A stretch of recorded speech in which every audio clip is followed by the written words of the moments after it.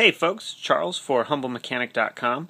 What you are looking at here is the driver's side rear floor pan of the Cabriolet.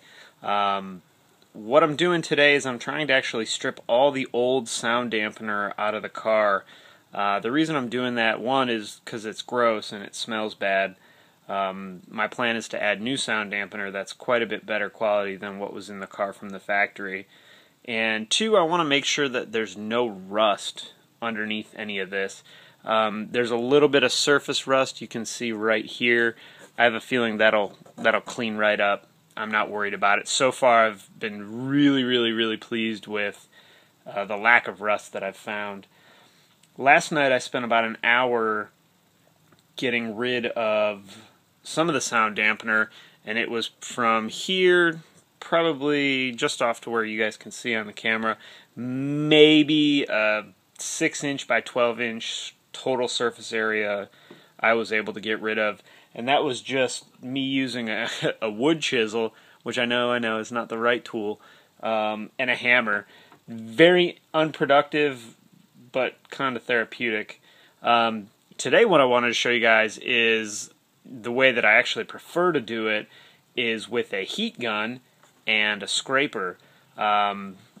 This is just a kind of a generic Blue Point scraper. It's fairly rigid, which is going to be really important when removing this sound dampener. This stuff it's almost like tar. It's kind of sticky. It kind of is pliable, but it's so old it crumbles.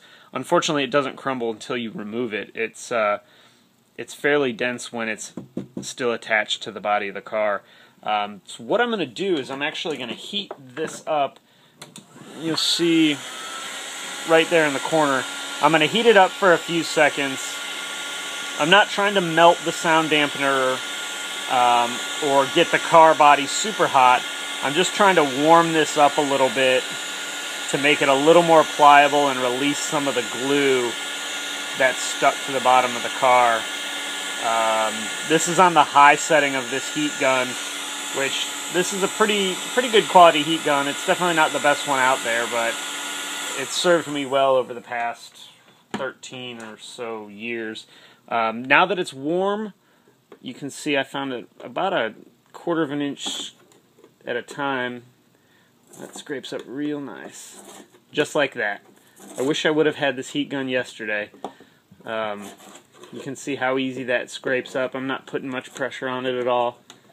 So just like that, I was able to scrape this giant piece off in a matter of just a few seconds just by warming it up.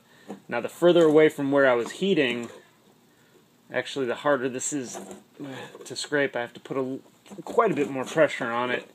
But it's actually still easier than hitting it with that wood chisel, which goes to show you guys the right tool is always what you need for the job.